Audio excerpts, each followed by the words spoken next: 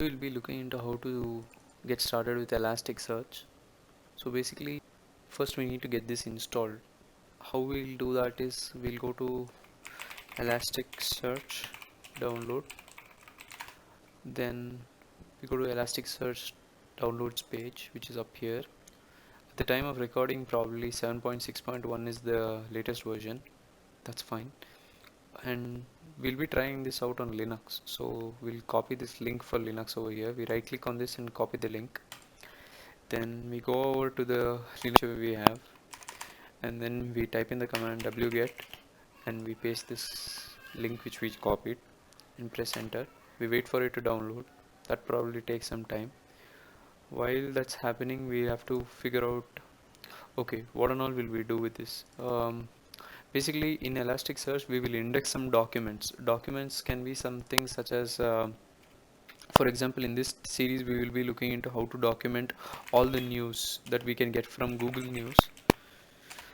So let's say that, yeah, probably if we were going to have all of this data, um, and if you were to type something like avian, it's showing up, right? So we'll be trying to implement something similar to this, like autocomplete search. Then if you click on, yeah, so yes, that's exactly what we're trying to do, I guess. So okay, with that, now we come back to the whatever was downloaded. We'll just check that the file is over here. Okay. Now what we are going to do is we're going to untar it. So basically it's tar minus xvf, name of the file.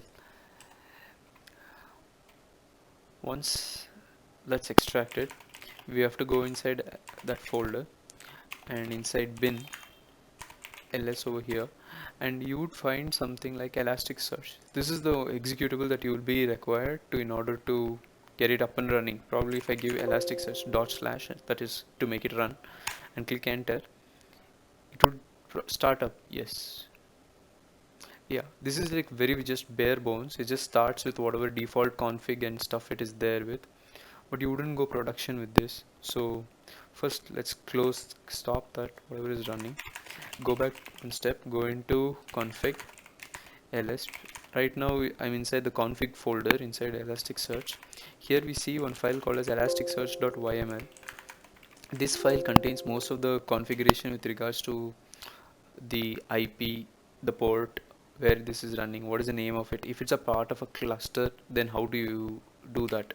Okay, since we will be just beginning over here, later on when we cover clustering we will come back and edit this file. For now, no need to change anything over here. We will close this, but there is one more file over here, that is the jvm.options file.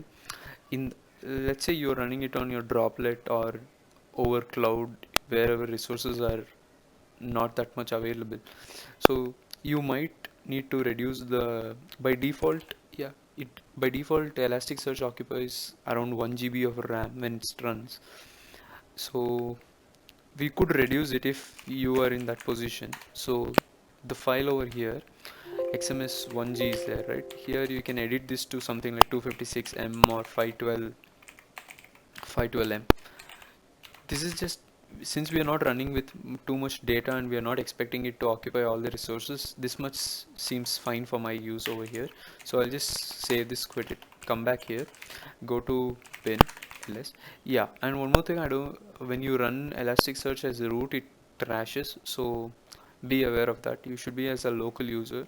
Why that is, I will figure it out and tell you in the next one. But for now, we just start Elasticsearch once again, and yeah, so Elasticsearch has started and it's running.